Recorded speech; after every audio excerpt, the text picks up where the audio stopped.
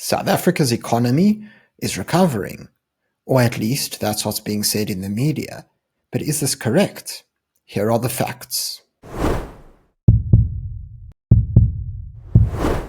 So there's been some pretty good news in the media for a change, which is that quite a few indicators are showing that South Africa's economy is improving. But it's important to actually understand whether these improvements are true substantial improvements or simply just trends that we shouldn't get too excited about when looking at the overall picture.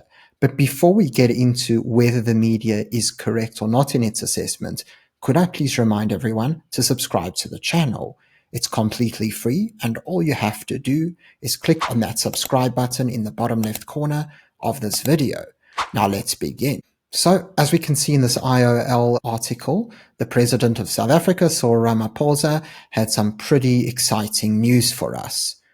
So, as he explained, it appears that there are quite a few signs of economic recovery in South Africa, pointing to improved employment figures, government finances, and structural reforms, especially ahead of the G20 summit, which everybody in the presidency seems to want to punt all the time. So the main points that he had were that unemployment fell to 31.9% in the third quarter, down from 33.2% in the previous quarter, with nearly 250,000 more people employed, including around 130,000 in construction. In addition, Ramaphosa explained the medium-term budget policy statement delivered last week points to a sustained turnaround in government finances, with the country on track to achieve a third consecutive primary budget surplus.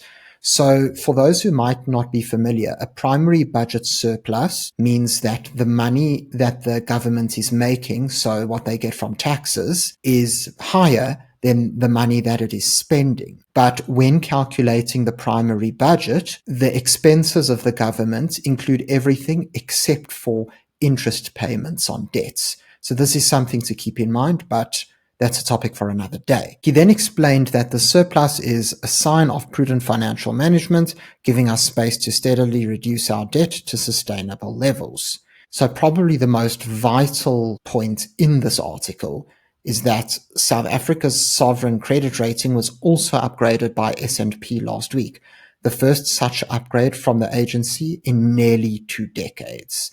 So as we can see, there's a lot of good news over here. But before we all start rejoicing, I think it's important that we actually understand the figures in their required context. And let's start with the unemployment rate. So if we look at the changes in employment, we see that in Q3 of 2025, which I've included right here, 248,000 jobs were added. And this is according to the figures from Stats SA. When spoken about in isolation, it definitely sounds like a lot of jobs. It's a very positive development, which it is. But we need to understand historically whether or not this is significant. So I decided to include the last 10 figures here. And the reason why I did this is because the current government, the GNU, only started working in Q3 of 2024. And so the GNU has had 5 quarters where it's been running the country. So I thought, well, let's take a look at those 5 quarters and the 5 quarters before when it was an ANC majority to see if things have really changed. So as we can see by this graph that I've included, yes, the Q3 results are very good. But as we've seen in the recent past, there have been better quarters. We see that the highest was actually Q3 in 2023 when 399,000 jobs were added. And then, of course, if we look at Q1 of this year, it was pretty devastating where 291,000 jobs were lost. So yes, it is a very welcome achievement that 248,000 jobs were added in Q3, but we can't get overly excited about this because this can very easily be reversed, and it's not actually the highest figure even in recent history, let alone the entire history of South Africa. So this isn't something to get too excited about, but there is something that certainly is worth celebrating. So speaking about the S&P upgrade, here's an article from The Citizen which explains why the ratings agency decided to upgrade South Africa. So, S&P cited improvements at key state-owned enterprises, including Eskom, and stronger revenue collection as contributing factors. These developments suggest a more credible fiscal trajectory, which is critical to investor confidence. So there are two key issues that I'd like to point out. Firstly, it's Eskom and their performance, and then stronger revenue collection. But let's first look at what Eskom has been doing. All right, so last week, Business Tech reported that Eskom racked up another 26 billion rand in profit.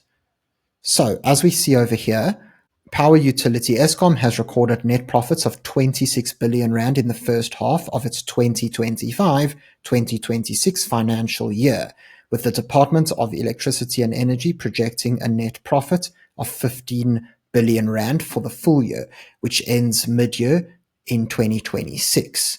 So revenue for the year to date, ending 30th September, climbed to 191.3 billion rand, it showed, which is 1.2 billion rand higher than the budgeted expectation. So a lot of people might say that this increase in revenue could be price dependent, which of course is an important factor to consider. But what I'd also like to point out about Eskom is that its operational performance has also improved substantially since the previous year. So here we have a press release from Eskom detailing its operational performances. So Eskom's latest power alert highlights continued improvements in generation performance, including a steady reduction in diesel usage, enhanced power station efficiency, and a decrease in breakdowns. So it's important to note that diesel usage generally comes into play when Eskom needs to power its turbines. So a lot of the time diesel usage goes up when there are unexpected surges in power demand. And of course, this is something that can also be attributed to Eskom's actual planning and basically how prepared it is for these changes in demand. So the main figure I want us to look at is what's called the energy availability factor. All right. And this basically means exactly what it says, which is that Eskom is readily prepared to meet energy demands of the country at a specific given time. So in the year to date, the EAF stands at 63.19%, marking a 7.16% improvement from the financial year in 2023-2024.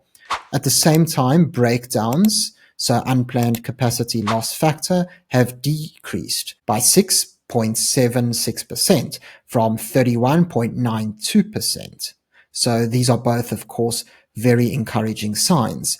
But I'd also like to show the decrease in diesel reliance. So Eskom continues to utilize diesel strategically and prudently with open cycle gas turbines, as I explained before, forming an integral part of this generation fleet, designed to be used during peak demand periods to maintain system stability and ensure consistent supply.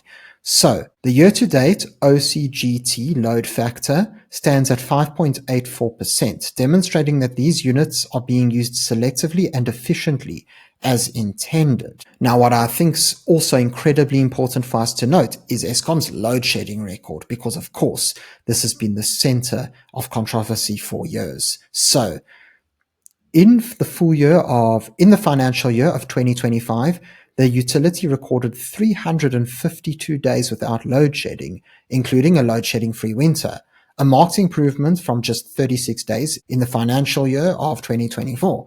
This means Eskom met electricity demand 96% of the time in 2025 compared to only 9% in 2024. So this is obviously night and day.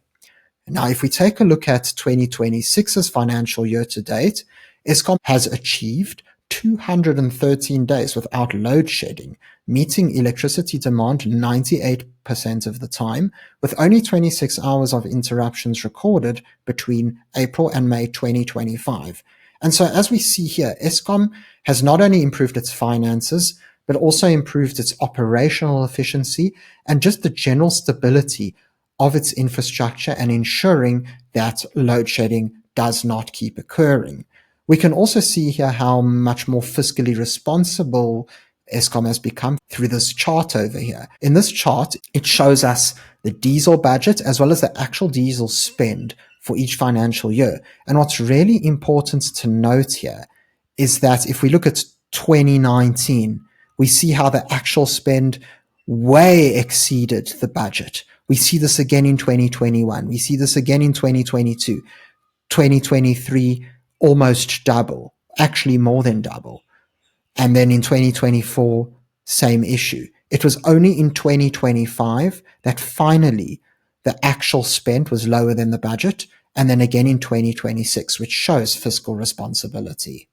Now on to the second factor for S&P's decision to upgrade South Africa's rating, which is improved revenue collection. So recently, as I'm sure a lot of you heard, South Africa's been removed from the grey list. And this is due to SARS improving certain processes, which again falls under revenue collection. So in this media release from SARS itself, the South African Revenue Service today welcomes the decision by the Financial Action Task Force to delist South Africa from its grey list of jurisdictions under increased monitoring. SARS is proud to have supported the national effort to meet the 22 action items required by the FATF.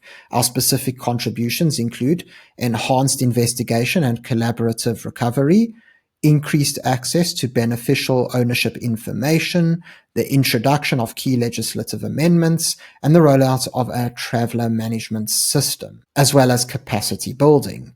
SARS focus now shifts to embedding these improvements permanently and sustainably into our operational DNA. This means continuing to make it clear and easy for taxpayers to comply with their obligations to pay tax, enforce our tax and customs laws decisively and fairly without fear, favor, or bias, cooperate effectively with domestic and international partners in combating the illicit economy, and utilize sophisticated data and business intelligence to understand and counter illicit financial flows. So I'm not entirely certain if this sort of enhanced capability will be used to look at retrospective fraudulent activities and illicit dealings. It's a little bit difficult to know whether that will be the case, but at least it is an encouraging sign for the future. So overall, it seems that there are some pretty encouraging signs for the South African economy, the likes of which have not been around for quite a long time, so they are certainly welcome. But as I've explained, it is important to understand these improvements within their greater context. As we've seen, when it comes to adding jobs to the economy, 250,000 jobs or so, although a certainly welcome improvement, is not something that is substantial or of a historic level. This is something that can also be reversed, as we saw in the previous graph. But still, the improvements at Eskom and the improvements of revenue collection from SARS are certainly important improvements, which could go a long way in improving South Africa's standing on the world stage, particularly in front of credit agencies, which ultimately would do better for the country as it seeks perhaps more loans and more assistance from international global lenders. So let's see where things go. Thanks very much for watching this video. If you found it informative, please remember to subscribe to the channel for more content. Until next time, I'm Matthew Cohen, and this is the Power Pod.